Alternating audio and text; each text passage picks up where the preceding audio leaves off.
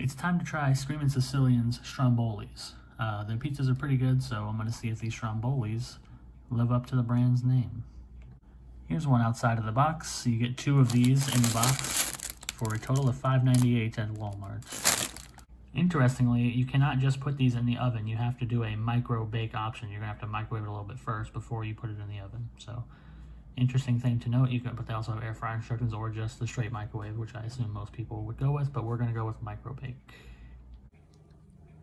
Quick update on these Strombolis. They made me spray the trays they came in with cooking spray before I put them in the microwave, and then I had to put the trays in the oven. So it's very weird. I've never had a frozen item that made me spray cooking spray to, I guess, just keep it from sticking, but very odd instructions. But they're in the oven and they'll be out in about 10 minutes.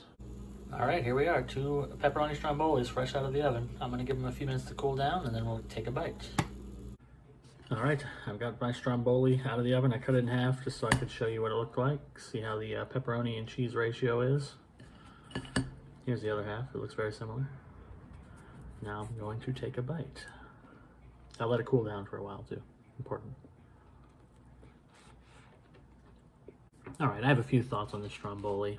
Number 1, it's a little bit plain. Now, that's not necessarily a problem, but it does bring it down a bit. It's just everything, you know, all the ingredients are there. There's actually a good amount of cheese. There's a good amount of pepperoni.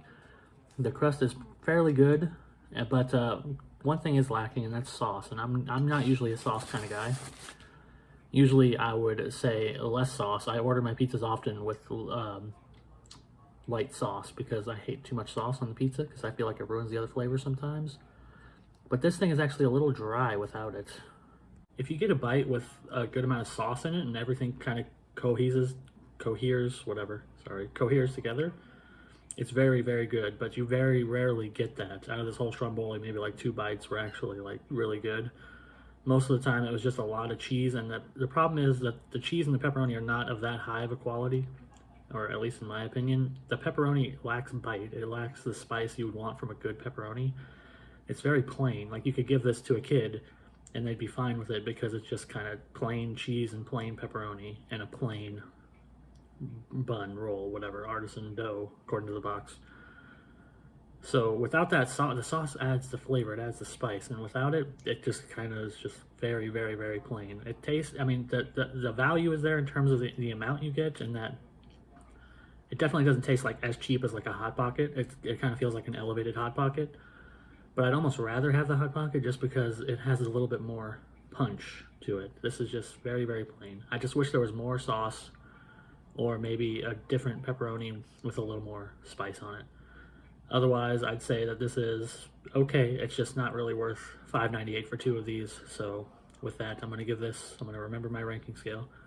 I'm going to give it a 3. I think it's solid. It's right there in the middle. If you get it, you probably won't be too disappointed by it, but it's not going to reach any high highs. It is what it is. It's okay. It's a little higher quality Hot Pocket, basically. But whether it's worth the money is up to you, but I would say not for me. See you next time.